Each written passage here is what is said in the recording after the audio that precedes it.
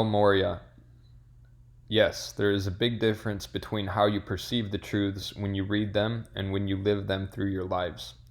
The difference is that when you open a divine truth to yourself with your heart instead of just briefly scanning through it in a text, then that truth will never leave you. You will become the bearer of that truth. That truth will become inherent to you, like an integral part of your being. When you are able to rise onto a higher level in your consciousness, you can notice that everything separating you from your enemies and rivals loses its significance.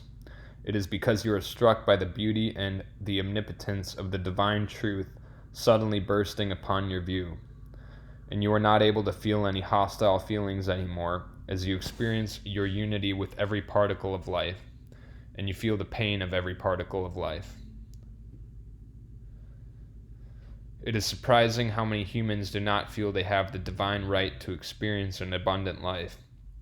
This is so sad when you consider that true abundance isn't something bought or given, it is something that is shared, till at last we rise forever in the arms of perfect love. Be brave to give up the festive tinsel and the sparkle of artificial lights. Come out into the open space of the universe. Discover distant worlds for yourself. Conquer the dazzling snow-white summits of divine consciousness within yourself. God, grant me the power to accept your love now, the strength to walk the path you ask of me, and the clarity to see your light. Allow me to see through the illusion that seeks to separate us. I am the creator of my reality. Whatever I focus on, I create. Each of you is a source of the divine energy for your physical world. You yourself choose, as the creatures endowed with the free will, where to spend the energy granted to you by God. It is impossible for you not to spend this energy. Every minute and every second of your living on earth, the divine energy comes into your aura as a continuous flow from the divine world. And it depends only on you how you will use your divine energy. Illumination can frighten him who does not seek enlightenment. Wisdom is a gift conspired through love and through power. Any situation that you find yourself in is an outward reflection of your inner state of beingness. The enigma of life is hidden within the will of God. The heart dictates the frequency of the brain and the healing quantum field of the earth.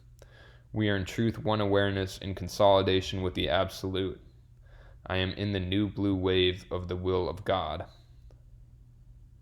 Since memory is for the past, consciousness is for the future. Therefore, we replace memory by consciousness. By means of memory, I cannot penetrate within the boundaries of the sun, but consciousness opens the gates. For us, the museum and library replace the memory. Therefore, disciples should not grieve over the loss of the old memory. It is simply that a small thing is replaced by a great one. Consciousness is akin to the spirit understanding. It grows until one's whole being is engulfed as in a flame. Great crimes have been committed in the name of Christ. All the embellishments need to be discarded. We are not just talking about works that one might expect to be embellished. Even the works of origin were subject to alteration. It is high time to change the state of the world. The goal and the meaning of existence is to strive upward beyond the limits of the known and to help one another. Tell me, how many of you have been talking to your heart lately? How many of you have tried to understand what your heart is telling you? You are so busy in your life that you have no time to be alone with yourself in silence, away from the bustle for even 5 minutes.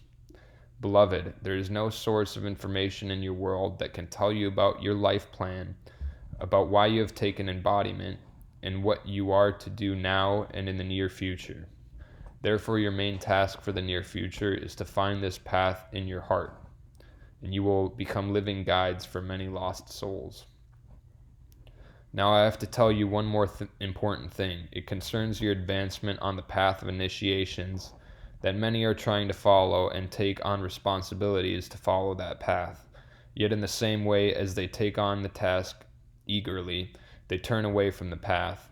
whether because of their own laziness or the lack of faith and devotion. That is because the qualities of consistency, devotion, and determination are inherent to a very small number of individuals. Therefore, you should value what you have as your heritage, your achievements that have come to you from the remote past. Use your gifts not to submerge yourself into the illusion, but to ascend to the peak of divine consciousness.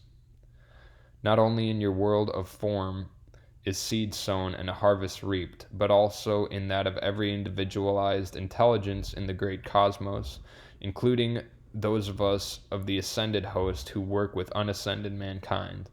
For we are constantly engaged in the preparation of consciousness, individually and in mass, to receive the seeds, divine ideas, which, if accepted, allowed to take root and grow, being nourished by the rhythmic attention and gratitude of the receivers, will bring forth a mighty harvest of practical God blessings, manifesting in the daily lives of all.